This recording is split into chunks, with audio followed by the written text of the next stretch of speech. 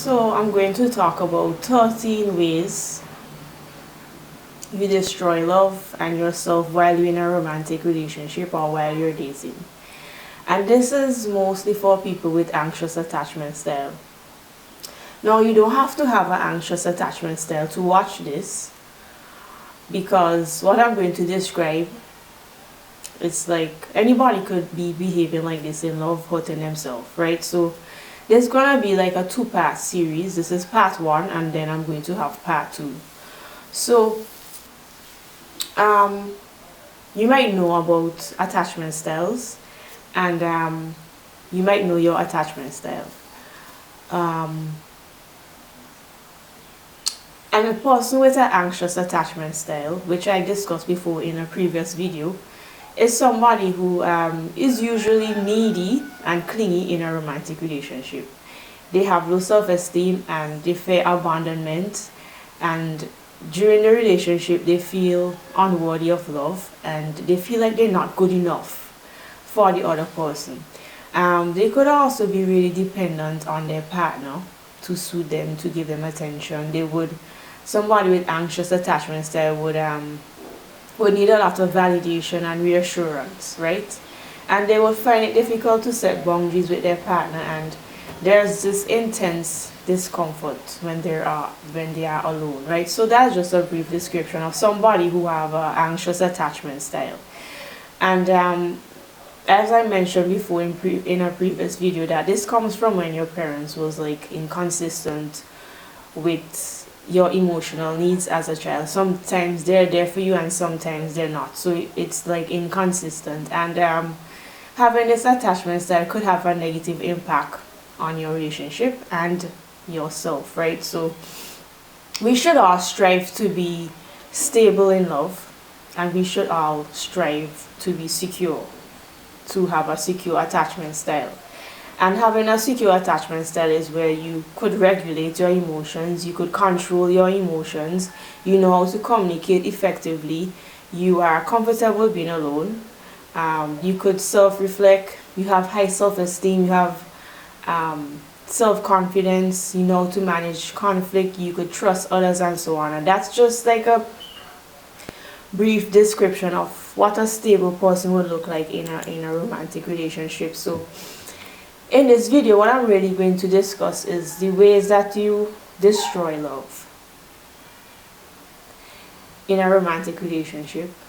You know, different types of behaviors that you would have that destroys love. And I'm also going to talk about how you destroy yourself in romantic relationships, especially when you have an anxious attachment style. And I'm also going to touch on when to stop fixing a relationship, when to break up.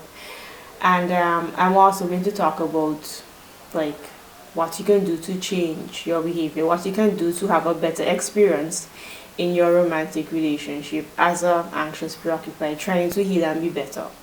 And then I'm going to mention a few things that you could do to work on, to become stable in your relationship, to be a more secure person in your romantic relationship, right? So one of the first ways you destroy love,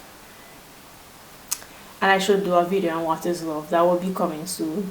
One of the first things you do to destroy love is you have problematic behavior in your romantic relationship.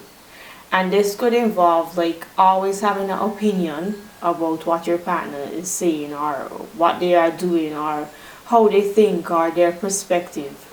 And you could also just get really upset quickly when they don't agree with you, and then you could revert to humiliating them and embarrassing them and putting them down, sometimes in front of other people, because you might fly off the handle, you might have an outburst or something like that, and you humiliate them or embarrass them in front of others, right? And that is not having a healthy communication. Like you don't have, when I say problematic behavior, it's like not communicating effectively. You might revert to screaming, you might have temper tantrums, you might just cry a lot, extremely crying to get your way. And you know, some of us, we might look cool on the outside, we look calm to others around, but behind closed doors, you're dysfunctional and you insult and you curse your partner behind closed doors, right? And you may be punching the wall, or you slam doors, you hit, or you punch them, you could hit them, and all of these things. You could throw things because you're angry and you're out of control and you lack self-control. So that is one of the first ways you destroy love. When I say destroy love, I mean you're making the other person fall out of love with you. You're not attractive with this problematic behavior, and this could cause them to break up with you and lose attraction for you, right? And the other way that you destroy love is when you're judgmental. You know, it's normal to want to have your partner to be the best they could be and to support them, but then sometimes you criticize them, and well, criticism should be in a constructive way. It should be spoken in a normal voice and not out of fear, not out of resentment and anger. It should come from a place of love and respect and deeply and truly wanting them to be better. And everybody have their own issues. Everybody have flaws. Everybody have weaknesses. We all have loose ends, right? And what I'm saying is that you need to accept people for who they are, right? Where they are in their lives, where they are in their journey. Meet them where they are and not try to force them into being what you want them to be, right? That could be really off-putting to them.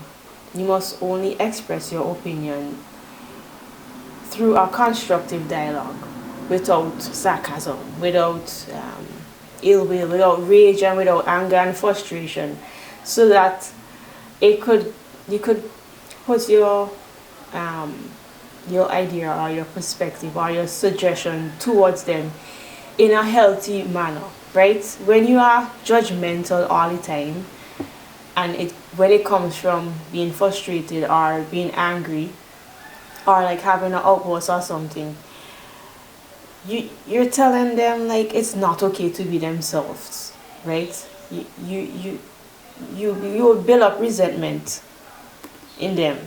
And being judgmental, especially when it's not in a constructive dialogue, it could really destroy your intimacy, your closeness, and it could make them fall out of love with you. That is how you destroy love, by being judgmental. The other way you destroy love is you ignore your partner's boundaries. You invade their space, right? And I'm talking about most of the time people with anxious attachment style. You want to move the relationship faster than they are comfortable, either emotionally or physically, in any way. You might say, I love you too early. You might push them into engaging like sexual activities. You might ask them to move in with you, or you want to move in with them and it's too soon. You might just try to force them to be intimate and force them to open up, and that is like invading their space, and that is like ignoring their boundaries, especially if they might say like they take time to open up or something like that. You kill love. This is how you kill love, by ignoring people's boundaries and invading their space, by wanting to check their phone,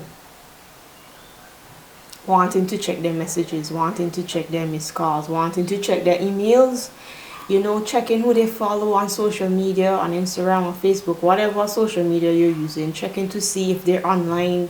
You're monitoring how fast they call you back, monitoring how fast they text you back. And these things, I'm saying that they kill love. Obviously, you are showing that you don't trust them. You are showing that you are needy, you are clingy, you are anxious, and that you are just like desperate, right? And you might also be always wanting to be invited to their activities, or you want to be doing their hobbies with them, which sometimes you could do, but not all the time. And this is what I'm saying. These types of behavior, they kill love, especially if it's ongoing. Always wanting to be around them, not giving them their own space to do their own hobbies. You need to give them space to be with their family, to be with their friends, to do their work, to achieve their goals. They have objectives in life that they need to attend to, and you need to give them space. you know. And maybe they might ask for space, and then you don't give it to them. You might call them, you might text them, you might show up at their house, you might, if they ask for space, you should give them space, right? You might do things that upset them. You know, they might explain to you what upsets them, and you continue to do that, you know.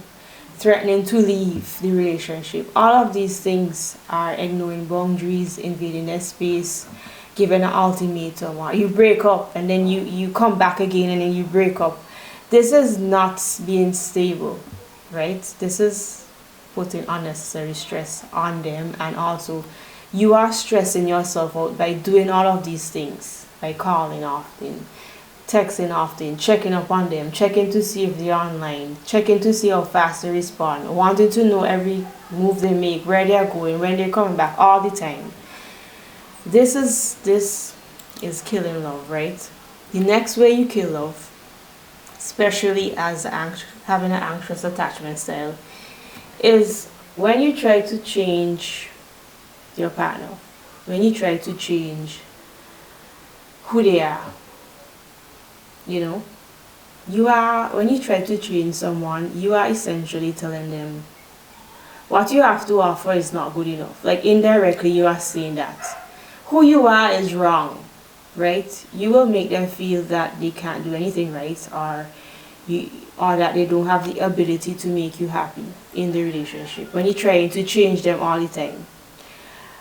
When you're trying to change them, you're also saying that indirectly you're not useful, you're not resourceful, you're a burden, why you can't do anything right, you are an annoyance, right? And trying to change them and coming off like this can cause them to lose interest in you, and that is how you kill love. They could feel, when you're constantly trying to change them, correct them, nag them, they could feel unworthy, and you will be like emotionally exhausted doing all of this, trying to fix them constantly. So that is how you kill love, and that is how you destroy yourself in a relationship and in love, being exhausted doing all of this, right? Your love and encouragement may help them to reach their potential, which you want them to reach faster, but like, people are on their own journey, right? And becoming a better person is ultimately, it's on them. If somebody wants to be a better person, you can't force them or make them to be that. It has to come from them, right? That's what I'm trying to say. The other way you kill love, especially as having an anxious attachment style, you criticize and blame. And remember, I say you don't have to have an anxious attachment style to watch this. Whatever attachment style you have, you could criticize and you could blame your partner a lot. And this happens when you focus on their flaws. You express it is expressed, like when you criticize and blame, it is expressed you're critiquing them, you're trying to correct them, you're nitpicking them, you're disapproving them, you're trying to fix them, constantly criticizing them. It's not constructive, right? It's not encouraging them, and it's not inspiring, right? It's like when you criticize and you blame, it's like you're attacking the person's character. They could feel like when you constantly do this over and over, like something is wrong with them, that they are a bad person, right? And what I would say, when you criticize, it's actually coming from, like, you're trying to protect yourself. When you criticize them, attacking them, blaming your partner, it's less vulnerable. It's a less vulnerable act than actually revealing to them what you really want.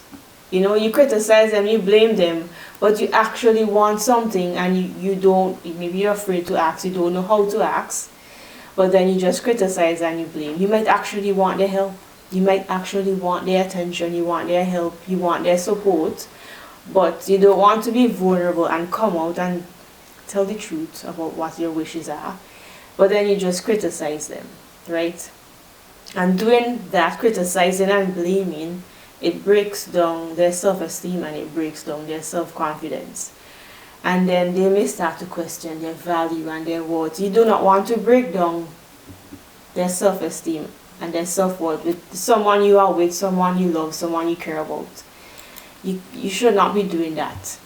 criticizing and blaming destroys intimacy. It destroys the closeness, that warmth and the positive feelings you used to have, especially when in the beginning. All of that will just turn into resentment, anger, and just hostility, right? And they will lose attraction for you being criticized and blaming your partner all the time. Over time, weeks and months and years, they start losing the attraction, they start losing the love. That is why I say criticizing and blaming kills it, destroys love, right? You belittling your partner, right? When you criticize and you blame, it's like you're belittling them. It's like you're saying, I'm superior, you know? It tends to be devaluing. You're implying, when you criticize and you blame, you're saying indirectly that I'm smarter, I'm more skilled than you, I'm more intelligent than you. That's what you're saying indirectly. You're not saying it to them. When you criticize and you blame them, you're saying like, I'm more experienced, I'm smarter, I'm better than you. You don't want to come off like that, obviously. And when you do that, it makes them become defensive. You could think back about when you've been criticized and blamed. You could get defensive. And when you get defensive, you block out what people are saying, right? You feel attacked, so you put up a guard. When people criticize and blame you, you block out what they're saying. And if, especially in a romantic situation, you start to lose interest and you distance yourself because you don't want to be criticized and blamed constantly, right? Criticism and being blamed is a negative expression, right? It's negative. It's like you've chosen a negative way to express your wishes, but you're not really expressing what you want and what you desire and what you need. You're using criticism and blame and not really saying exactly what you want. And that is how you kill love, you destroy love. You kill the attraction that your partner could have for you. The other way you kill love, you destroy love, is always thinking the relationship is in trouble. You fear abandonment, especially people who have an anxious attachment style. You fear abandonment, right? You always think they're going to leave. You always think they're going to break up with you. You always think that you're not good enough. You always think that they're going to find some problem and leave you. And being in fear like this in a romantic relationship could cause you to come off really clingy, and you could have be really possessive, or you could even become manipulative. You might not be conscious of this because you're so afraid of they leaving you, and you're just trying to prevent them from leaving. That's why you're clingy. That's why you might overshare, and that's why you're needy, and that's why you act possessive, because you're afraid that they will leave, right? And you also hurt yourself, and I'm also talking about how you hurt yourself. You hurt yourself by attaching too quickly to someone, sharing too much too soon, in hopes that when we share too much, we're trying to make the relationship fast tracked, or we're trying to get closer to them in fast, right? And that makes you oversharing and doing all of these things. That makes you look desperate, like you are trying really hard to be heard, you're trying really hard to be seen, you're trying really hard to get to know them, for them to open up, to be intimate. And those being intimate and close, most of the time that comes naturally, right? It should not be forced. That could push them away, right? Like you bombard the other person with too much personal information, and then they could find this overwhelming, and they can think or consider you to be needy and clingy, and that is not attractive, right? You fear abandonment so much. You try so hard to show them that you're a good person because you're afraid that they will leave. So you're trying hard to show I'm a good person. That's why you people please, and when you fear abandonment, you also allow them to use you because you don't want them to leave. You want them to get their way, do what they want with you in hopes that they don't leave. And then they take you for granted and they mistreat you because you're so afraid of them leaving. And this could also be really exhausting for you because you are consciously doing all of these things, trying to show hard that you're a good catch or that you're a good person. That is exhausting. You would not be able to relax while you're dating or you're in a relationship, because you're trying so hard for them. You're trying so hard for them to fall in love with you, to show that you're a good person, to show that they should pick you, to show that you should get a relationship with them. Right? Being the person that you think that they want you to be and not being yourself, that could be really exhausting. Right? That will cause internal conflict also, because you're showing them a different person than who you really are inside. Right? You need to be your authentic self. Not being your authentic self and constantly finding ways to make them fall in love with you. You sometimes you want to make them obsessed with you, can make you lose yourself in this whole process of dating and being in a relationship. You lose who you are. Right? And you lose who you are because you probably could be manipulating them. And manipulation and pretending to be someone else and trying to be who you think they want you to be, all of that is like lying and manipulating, like in a relationship, and you don't want to be doing that. Right? And the next way you destroy love is by people pleasing, and you destroy yourself also by people pleasing. And I have a whole video on people pleasing. It's called People Pleasing Is Hurting You More Than You Think. I did a whole episode on that. If you want to know more about people pleasing and how it hurts you, you could check that out. I would not get into that here in this video because I already did a video on that. And the next way, I'm on the 8th way you destroy love, is when you are insecure and when you have trust issues. You have a difficult time trusting others, and it's often because you've been betrayed in the past, right? And when we've been betrayed in the past and we get into a new relationship, we assume betrayal, we anticipate the betrayal, we refuse to forgive them when they make a mistake. Always suspicious about their intentions and their actions. You're always wondering if they might be a bad person. You always think that maybe they're trying to harm you, they're trying to deceive you. You may always focus on the negative aspects of them and the negative parts of the relationship. Right? And if you're like that, always focused, if they're lying, if they're cheating, you anticipate them betraying you, this can cause them to be frustrated with you, and it could cause them stress, right? And it causes them stress, and it causes the relationship to feel stressful also. It is problematic because you might not believe anything you're saying. That could be frustrating. You might always be suspicious of what they want with you, what they are doing. You question their intentions, you question their motivation. Being like this, having trust issues, anticipating betrayal, you assume they will betray you.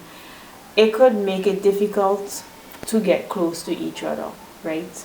And that closeness or that close connection that we feel sometimes in a romantic relationship, that will be challenged. It will be really difficult to reach that if you have this type of trust issues. You wouldn't feel safe with them. You wouldn't feel secure in your relationship. And not feeling safe and not feeling secure could cause conflict, right? Because you're always assuming and you're always anticipating betrayal or just suspicious all the time, and this could cause conflict because you'll be stressing out your partner, especially if they're not guilty of anything. And this could also make them lose attraction for you, or want to break up with you, or just want to not be engaged with you, right? Because it's stressful when somebody never believe anything you're saying, always suspicious of what you're doing. It causes conflict, right? And when you feel safe and secure in a relationship, then you could have closeness, and then you could enjoy this relationship and feel fulfilled in the relationship, right? Sometimes you can't sleep, and how it hurts you, you can't sleep. You always think they're up to something. Your mind is always racing. You're always overthinking about the hurtful things that they could do to you. That's how it destroys you. And all of this trust issues being suspicious all the time, you could eventually push them away, as I was saying. And they start to lose interest, they start to lose attraction, and they start to lose love for you. And that's how you destroy your love, by having all of these trust issues. The other way you destroy love is not being able to control your emotions. Overthinking, overreacting, being violent, being angry, being aggressive, having outbursts and temper tantrums. This destroys love. Like when you are not able to pause and think before you act, and you're compulsive and you create a scene, it could make your partner lose attraction for you, lose respect for you, because especially if you have an outburst and you're angry and aggressive, you could say things you don't mean, you could throw things, you could be violent, and this could make them lose love for you and lose attraction for you.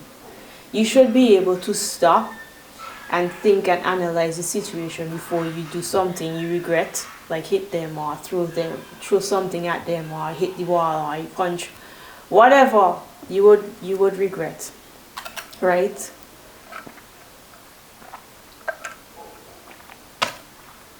And people who have an anxious attachment style, not all of them, or most of us, you often have rage, you often have anger, and you're often frustrated. Obviously overthinking, overreacting, aggressive, compulsive. There's this frustration building up inside, and that is why you have outbursts and you explode sometimes, right? And as I'm saying, this is what destroys love, and it makes your partner lose attraction for you, lose respect for you, or give up on you, right? And also having an anxious attachment style, you could be extremely jealous towards your partner, and not only jealous of them maybe talking to the opposite sex or having friends of the opposite sex, but you're jealous of the time they spend with their family, the time they spend with their friends, right? Being jealous like that, extremely jealous, it could cause them to have stress, to be frustrated with you, right? They have their own life. People with anxious attachment style, you usually have frustration and anxiety going on, and that is why it's hard to control yourself, especially when you're extremely jealous, right?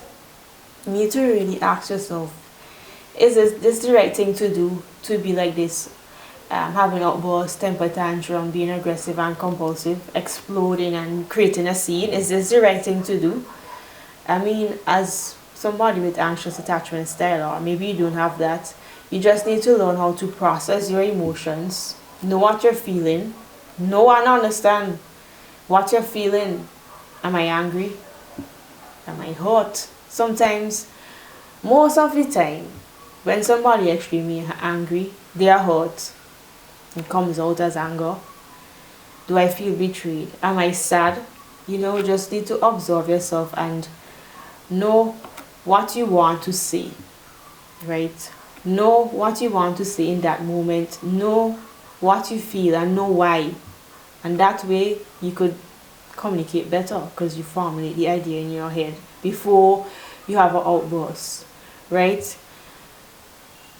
Learn to process your emotions and take time. Know what you're feeling, right? Observe yourself. Do not choose chaos. Do not choose violence. Do not choose outbursts. Do not choose to have temper tantrum. Just do not choose to be compulsive, right? That is like learning how to communicate properly, right? You need to, especially if you have anxious attachment style, to be careful how you speak. And especially people who have anxious attachment style, we experience extreme emotions. Our emotions are really big. Sometimes we are highly emotional, and especially if you're angry, you have conflict, they did something that upset you, chances are you will shout and chances are you will break down, right? And if you want to solve anything, you need to do it when you're calm. You need to cool off first and then come back. What I'm saying, we need to learn how to communicate. Shouting and being full of rage and anger and frustration can also cause you to say hurtful things. And you will regret in the end. You will regret your behavior in the end. It's not worth it. You will feel embarrassed of yourself. And you will see that that was not necessary. It was not necessary to behave like that. We also need to watch our body language. You could point at them, wave in their face, and do many things in an aggressive way, violent manner. We need to watch our body language. We need to be in control of our emotions, right? And not being in control of your emotions and flying off the handle and getting upset really quickly can cause them to break up with you. That's how you kill love. You lose your relationship. They want to break up with you because they don't want to be involved with somebody who's aggressive and violent. They can leave you because they want peace in their life. They don't want chaos in their life. They don't want to experience you throwing things, screaming, shouting, sometimes crying a lot, being extremely sensitive to what is going on, right? So you need to control your emotions. The 10th thing, the 10th one, how you destroy love is, especially having an anxious attachment style, is you need a lot of reassurance in the relationship. And nothing is wrong with reassurance, right? But you just may have a weak sense of self, right? People with anxious attachment style can often have low self-esteem, low self-confidence, and it comes from a bad childhood or being in a romantic relationship that was unhealthy for you, that was toxic, right? Where you were mistreated in some way, right? So, yeah, personal past relationship, like love trauma, which I talked about before in another video. You may have been betrayed in the past. Somebody may have let you down in the past, and you just find it hard to trust people in your future relationship. You might have been cheated on, or just somebody fall out of love with you. People could have taken you for granted, used you, manipulated you, and this caused psychological damage. And now you just think less of yourself, or that you are unlovable, or that you are a burden. So it's like having a bad experience with a romantic partner or lover could cause you to have low self-esteem and to have low self-confidence. And that is why you constantly need them to reassure you, to tell you that they love you, to show you that they care about you, constantly, almost every day. That is why, because of past love trauma and maybe a bad upbringing, right? Having a tough childhood could make you feel like you're unattractive, you're unworthy, that you're annoying, or you had a dysfunctional romantic relationship that make you think that you're boring and you're not interesting. And you always seem to think that your partner is thinking the same way. You think that your partner, you think in your mind that your partner is thinking that you're boring, that you're unattractive, that you're unworthy, or that you're annoying or something. And this is just having negative thoughts, a bad dialogue going on in your head. And that is why you need so much reassurance, right? You are constantly worried that they're not interested in you anymore, or they're not attracted to you as much as other people. And why you have this is because a bad upbringing, some tough childhood. Not all of us have loving and healthy childhoods, right? Sometimes as a child you felt like you had lack of, you didn't have enough support, you felt unloved from your parents. You may even have and this may even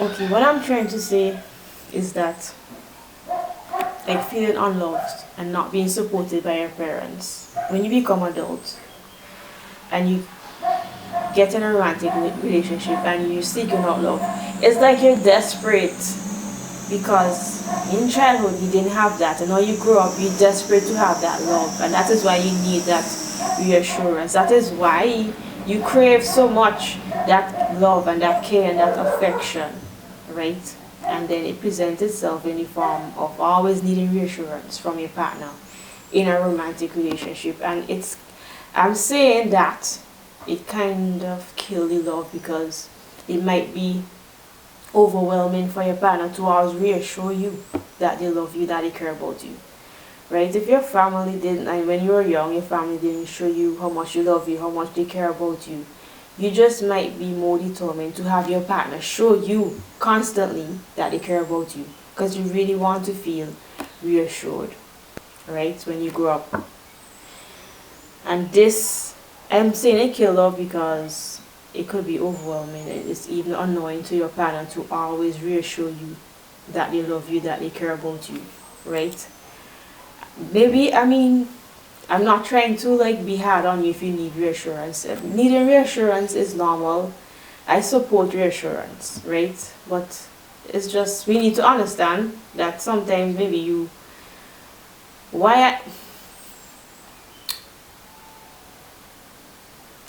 maybe you, when you were young, you suffer a loss. You know, maybe a parent died.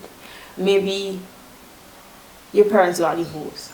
Maybe a parent is absent, right? And then you just have abandonment issues. And that is why you need a lot of reassurance, right? You fear that your partner is going to like leave also, just like your parent left. Or that's like your parent died or whatever. And you might think that you're a burden to them on all of these things. But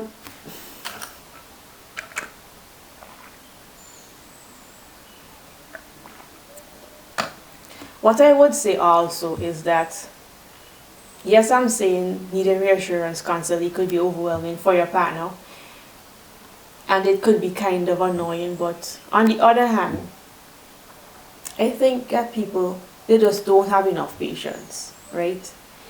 They don't have enough patience, and they just lack understanding when it comes to reassurance in relationship, because that is why you need to talk about your past. That is why you need to talk about your childhood and your upbringing, so people could kind of know where you come from and why you are the way you are, and why you need so much reassurance. You understand why they need reassurance. Maybe their parent died, maybe their parent left, maybe their parent divorced, maybe their parent was alcoholic, maybe their parent had a mental illness, maybe their parent abused drugs. We don't know.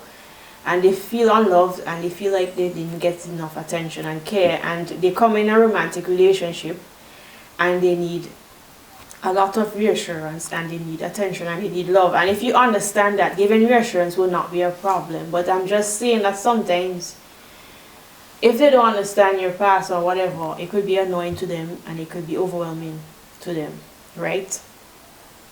I mean, like, also with men, some men think that they don't need to verbalize their love. They don't need to verbalize that they care, because they believe that they are showing it every day by just being committed to you, by being married to you, by coming home to you, by paying the bills, by choosing you, you know, by showing their dedication, is like saying indirectly that they love you, they care about you. Like, that is reassuring you, right? And doing all of these things is good. It's good to do all of these things to show reassurance, but sometimes people need to hear that you love them, that you care about them, that they are important, right? But on the other hand, some people could think that is annoying, right? So the 11th way you destroy love is that you're trying to save, you're trying to rescue, and you're trying to fix your partner. You're trying to fix their problems. You're trying to fix all their problems in their life. And sometimes you're alone trying to fix the relationship, especially if you have an anxious attachment style. and saving and rescuing and solving problems. All of this is just you're anxious. You're acting out of anxiety. You want to rescue them. You want to save them because you're anxious to allow yourself to rely on them, to trust them, right? To be vulnerable with them. It's anxiety, anxious attachment. So you're focused on fixing them, and sometimes this could unconsciously like distract you and make you avoid your own problems and your own issues, right? And we know true love involved.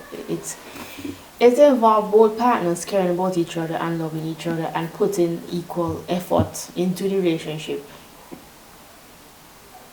You should not be the only one showing love and the only one showing care and trying to fix every problem. This is hurting you also.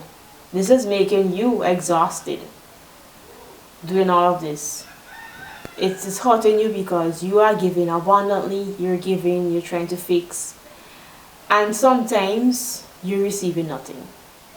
You're doing all of this rescuing and saving and you receive nothing, you receive little in return.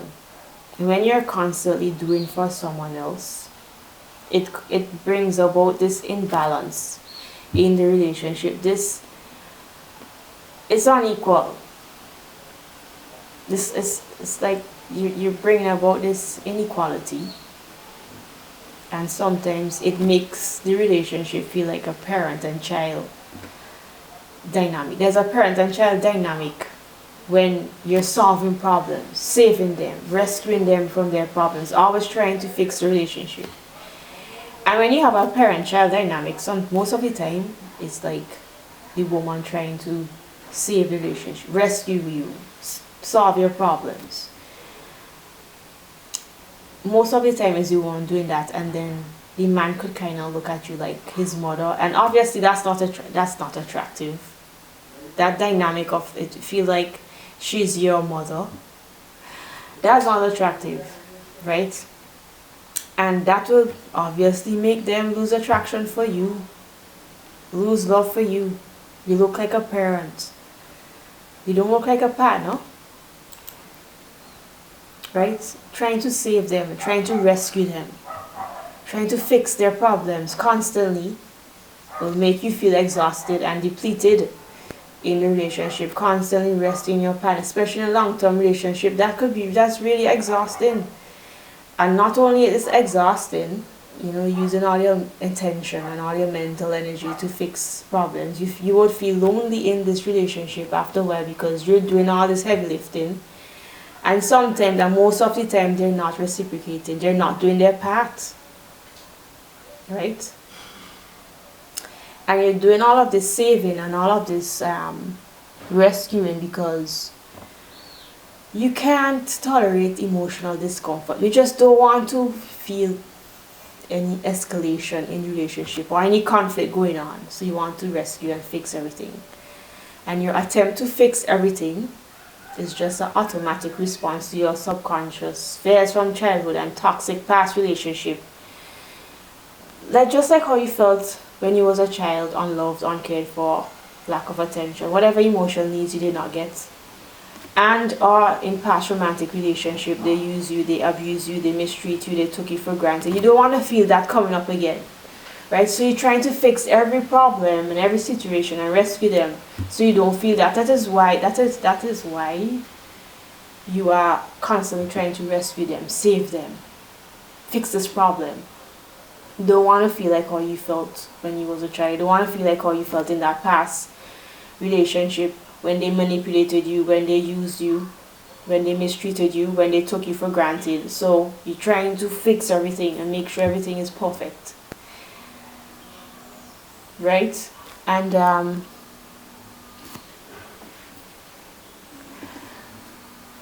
you don't want to feel disappointed. What I'm saying, you rescue and you save, you don't want to feel neglected. So you try to fix them.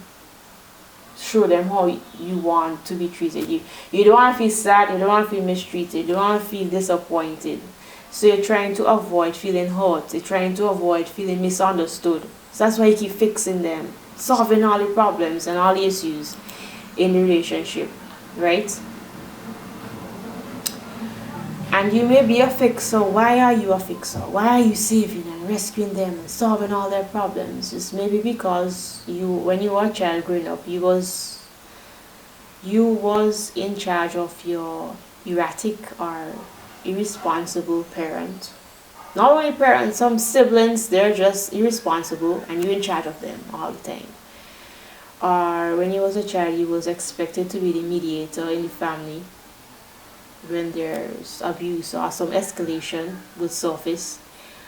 Or you were like neglected by your parents. You didn't get enough attention growing up. They didn't show you unconditional love. They only show you love when you do what they want. When you follow the rules, you get love. When you be like who they want you to be, you get love. You lacked care and attention. Well, emotional needs, emotional starvation or whatever. That's how you're a fixer in the relationship. Maybe you are a child, when you were a child, you didn't learn how to like express your needs. You didn't learn how to express your emotions and your feelings. And also you were overwhelmed when others express their emotions. And now you're a fixer when you grow up. Right?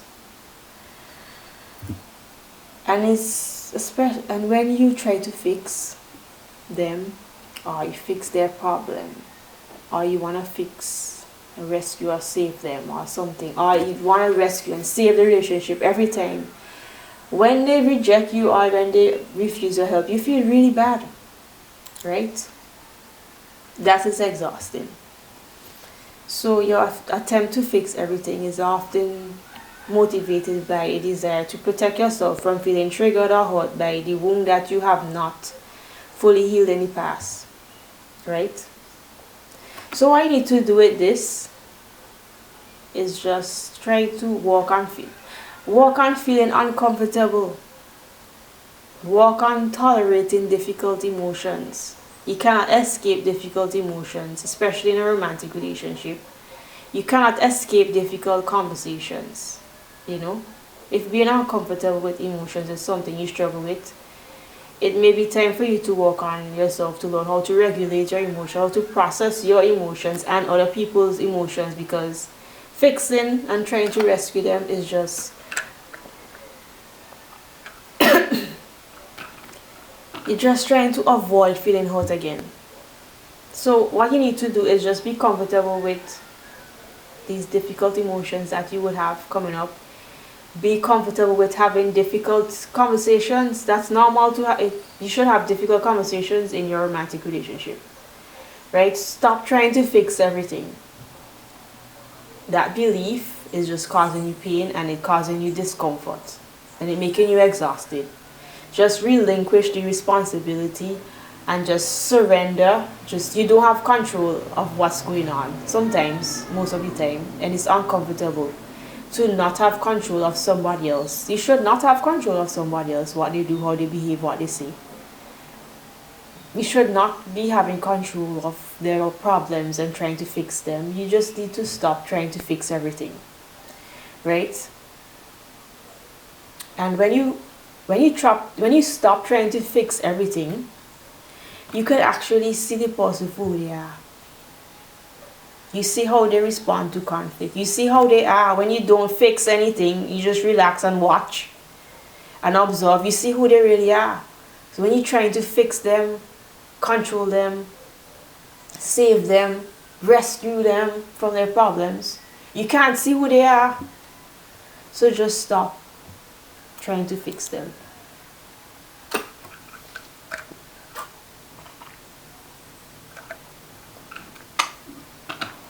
Not only sometimes you try to fix their problems with them personally, but you also try to fix the relationship as someone with anxious attachment style.